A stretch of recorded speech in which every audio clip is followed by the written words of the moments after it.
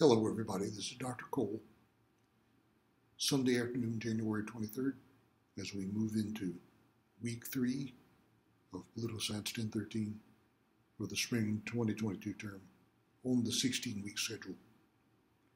Everybody, coming up through Monday the 31st, we are working on Unit 2 on political parties and pressure groups.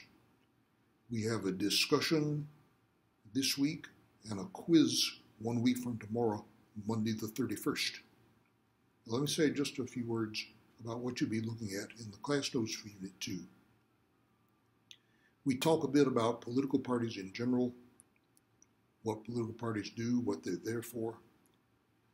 We move on to talk about the American parties in particular, and one question that arises right away is why there are only 2 major parties. And you'll notice the conclusion that we draw is that the rules of the game in the United States are such that we give a big advantage to the 2 biggest parties. Right? From then on, we go to look at the history of the 2 major parties, the Republicans and the Democrats, going back to the 1930s and how they have developed from that time until the present day, looking at what kind of people support each party. And there's been some changes of that in that respect through the decades.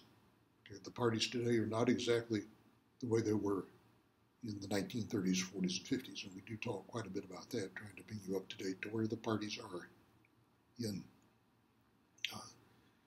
and we're now the 3rd decade of the 21st century. Now, the second part of those class notes has to do with pressure groups rather than political parties. Pressure groups, there are perhaps hundreds or even thousands of them, as opposed to only 2 major political parties. Pressure groups, as well as political parties, try to influence the system, but pressure groups, their aim is, by and large, much narrower than that of the political parties. They speak for the interests of their members, the views of their members, rather than attempting to speak for the country as a whole. And we go through several categories of pressure groups, and we talk a bit about activities in which the pressure groups engage, such as lobbying. That is, in a nutshell, what we're doing in the class notes for Unit 2. Now, for our discussion, Wednesday through Friday, the 26th through the 28th, we are going to ask you to look at an article by Nate Cohn from the New York Times talking about the relation between education level and support for one political party or the other. Now, you'll notice he mentions back in the day, back in John F. Kennedy's time, the 1960s, when I was a little kid,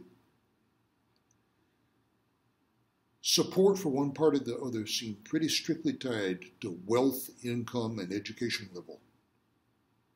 People with not so much wealth, income, or education tended to be Democrats. The Republicans were just the opposite.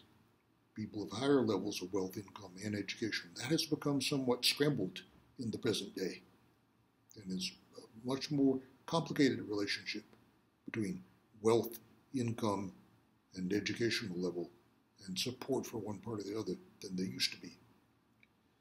The trend has been in the direction of more support for the Democrats among college-educated people compared to the past, compared to many decades ago at the beginning of my lifetime, for instance. So you were asked to think about the relationship between being college-educated, which we hope most of you will be when you finish your degree at OPSU, and support for one party or the other. Do you feel pressure to support one party or the other due to the college atmosphere and having gotten at least part way through your college education? Okay. What do you think of that? Is the system biased in one way or the other, such that it pressures you to think one way or the other? So think about that question for our discussion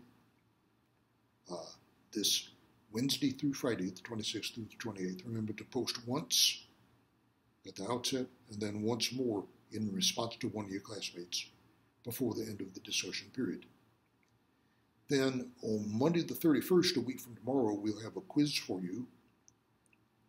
3 articles that you can begin looking at, one each about the state of each of the political parties, and the third one about a pressure group. This particular pressure group is in the government sector. It's an example of government lobbying government, as I call it, the National School Boards Association, an association of all the local school boards across the country. Right? And you'll see that that organization got itself in some hot water recently. It's an example of difficulties, I suppose, that a pressure group can face.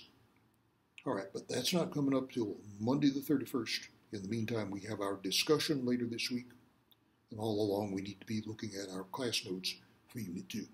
So I'll have more to say to you about our quiz when we speak 1 week from this weekend, or about Sunday the 30th before our quiz on Monday the 31st.